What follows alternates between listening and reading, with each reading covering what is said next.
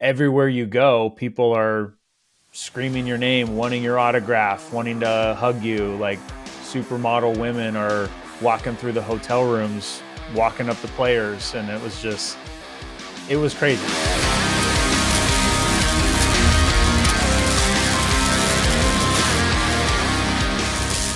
Being a football player, your life was almost like a movie. Um, so give us the highlight reel. Like, what's that like?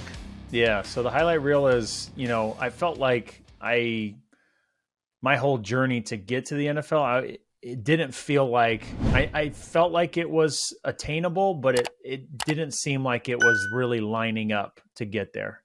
And a lot of that is because I was kind of under recruited my whole time growing up. When I was playing in high school, I was setting records, and I played running back in high school, was setting records and, getting some attention from colleges, but not really as much as I thought I would. And it would have helped if I was playing running back and was faster. I wasn't.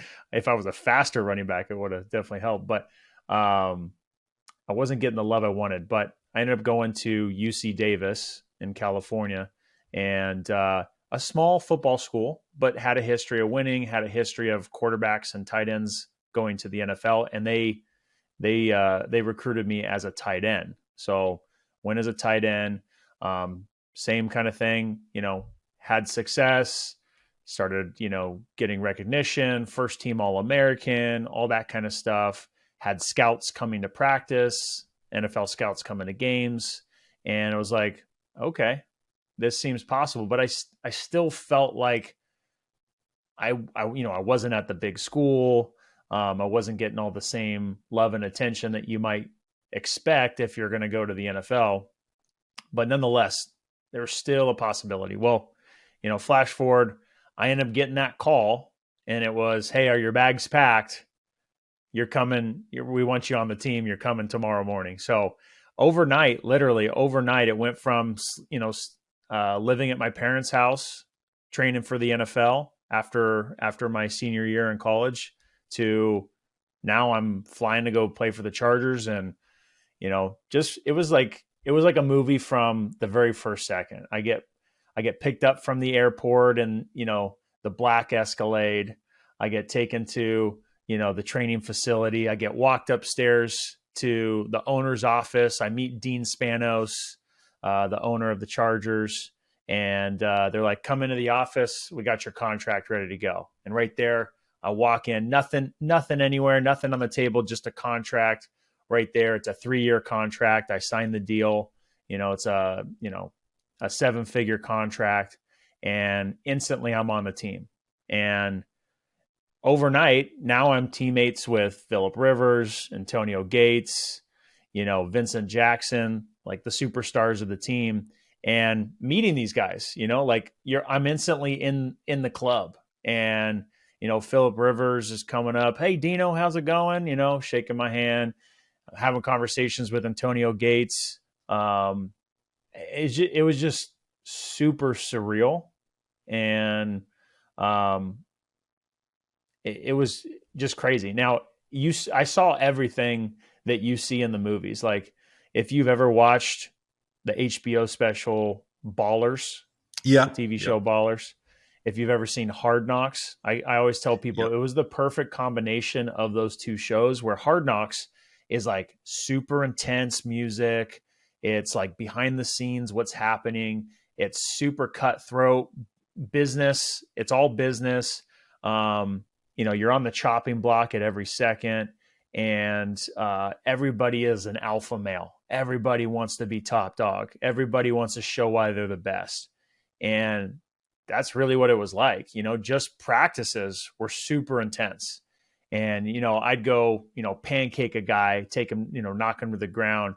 And then other people in the locker room would be starting to try to, talk crap and say like, "Hey man, he was telling everybody that you pancaked him," and like, trying to like start a fight, like see what the other guy would do. And he's like, "You didn't say that, did you?" Like it was like that kind of stuff would happen. And then there was the baller side where, everywhere you go, people are screaming your name, wanting your autograph, wanting to hug you. Like supermodel women are walking through the hotel rooms, walking up to players. And it was crazy. It was a world that you wouldn't experience, even if you had a lot of money, you wouldn't experience unless you were thought of as a superstar, a celebrity. And that's instantly the status that it gives you, whether you're a superstar on the team or not, you know?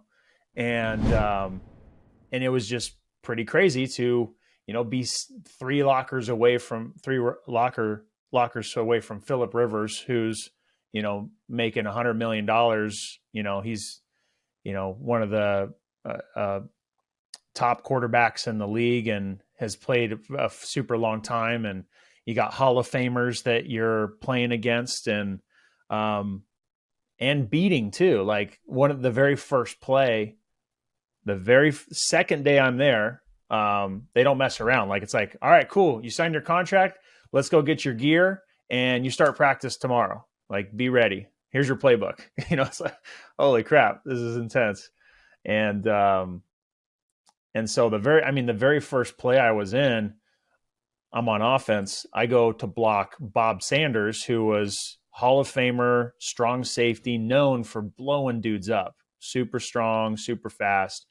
And I blew him up, I blew him up, and Norv Turner was a head coach. He threw his clipboard. He's like, there you go, Rodgers. And he was like fired up. And I was like, holy crap, dude, this is sick. It was like I was playing a video game, So yeah, it was a wild experience. I remember the very first day I turned my phone off because I just wanted to stay focused. And the second day I turned it on, and for an hour, my phone would not stop ringing with notifications from all the people that had reached out, on text message, who had called me, left voicemails, who reached out on social media. And it was just like, my phone was like vibrating for an hour straight with all the notifications. And that's what it does, man. It just makes you like a superstar overnight. And what was the most fulfilling thing for me, what made the experience incredible, was not only was there that side of it, but it was really fulfilling because once I got there and I started playing, I knew I could play at that level.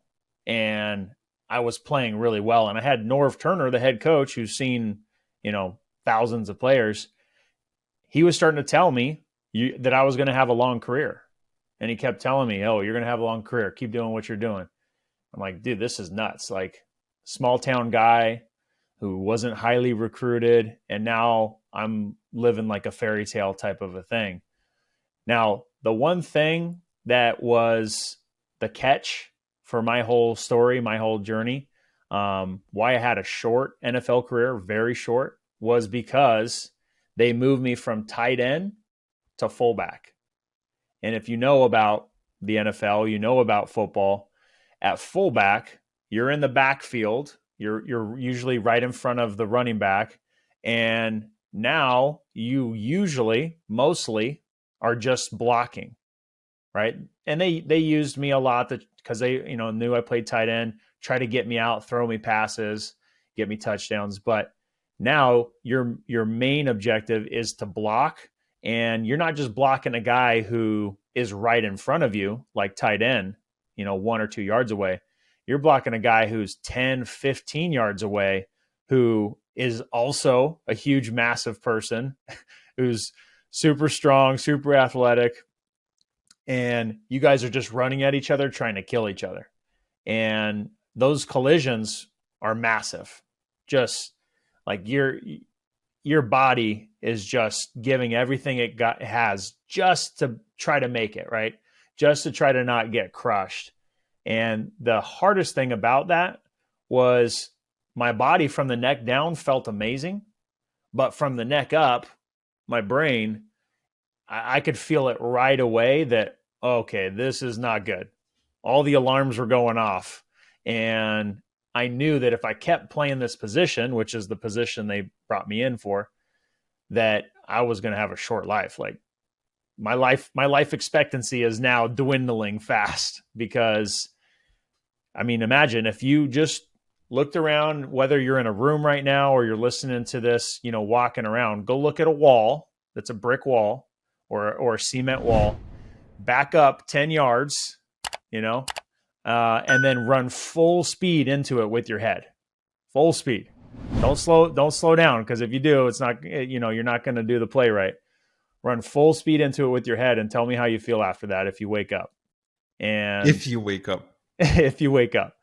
And that's what it was like, because if you wanted to be effective at that position, you had to go full speed, and you were usually running between the big giant linemen to go block the guy you needed to. Usually you're blocking a linebacker. And when you're running between the big giant linemen, usually the hole is literally as wide as my hands are right now, as wide as your shoulders are, if you're lucky. So you're not coming in and, blocking to the side with your shoulder. You kind of got to run straight through it with your head. And because of that, you're crushing your brain. Your brain cells are evaporating quickly.